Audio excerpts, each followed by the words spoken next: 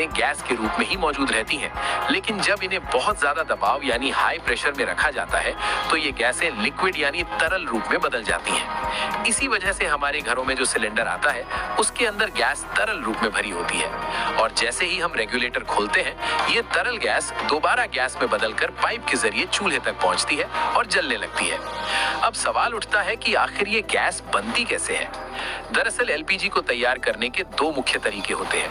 पहला तरीका है कच्चे तेल यानी क्रूड ऑयल की रिफाइनिंग और दूसरा तरीका है नेचुरल गैस की प्रोसेसिंग। सबसे पहले बात करते हैं क्रूड ऑयल की रिफाइनिंग की। जब जमीन के नीचे से कच्चा तेल निकाला जाता है तो उसे सीधे इस्तेमाल नहीं किया जा सकता, इसलिए इसे बड़ी बड़ी रिफाइनरियों में भेजा जाता है जहां इसे अलग अलग प्रक्रियाओं से साफ किया जाता है। इस प्रक्रिया को रिफाइनिंग कहा जाता है।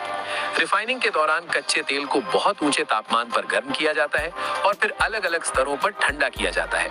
इस पूरी प्रक्रिया के दौरान पेट्रोल, डीजल, केरोसिन और एविएशन फ्यूल जैसी कई चीजें अलग अलग स्तरों पर निकलती हैं। इसी दौरान एक गैसीय मिश्रण भी निकलता है जिसमें प्रोपेन और ब्यूटेन मौजूद होते हैं।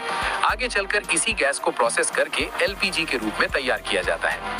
अब बात करते हैं दूसरे तरीके की यानी नेचुरल गैस प्रोसेसिंग की। जब जमीन के नीचे से नेचुरल गैस निकाली जाती है तो वो बिल्कुल शुद्ध नहीं होती, उसमें कई अलग अलग गैसें मिली होती हैं। गैस प्रोसेसिंग प्लांट में इस मिश्रण को अलग अलग चरणों से गुजारा जाता है, जहां प्रोपेन और ब्यूटेन को बाकी गैसों से अलग कर लिया जाता है। इसके बाद इन गैसों को हाई प्रेशर में लाकर लिक्विड में बदल दिया जाता है और इस तरह एलपीजी तैयार हो जाती है।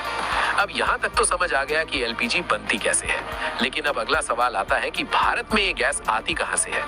दरअसल भारत में एलपीजी दो मुख्य स्रोतों से मिलती है। पहला है घरेलू उत्पादन और दूसरा है विदेशों से आयात। घरेलू उत्पादन की बात करें तो भारत में कई जगहों पर रिफाइनरियां और गैस प्रोसेसिंग प्लांट मौजूद हैं। गुजरात का जामनगर, मुंबई हाई और असम जैसे क्षेत्र इसके प्रमुख उदाहरण हैं।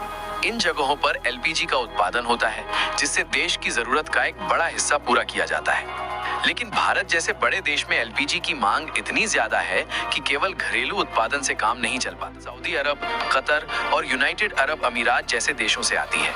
वहां से एलपीजी को बड़े बड़े समुद्री जहाजों में भरकर भारत के बंदरगाहों तक लाया जाता है। अब गैस बन भी गई और जो विदेश से आनी थी वो भी भारत पहुंच गई, लेकिन असली सवाल अब शुरू होता है, ये गैस हमारे घर तक कैसे पहुंचती है।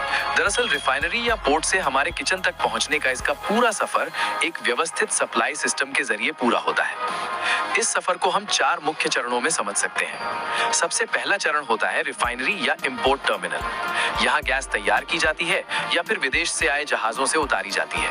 इसके बाद इसे बड़े बड़े स्टोरेज टैंकों में सुरक्षित रखा जाता है। दूसरा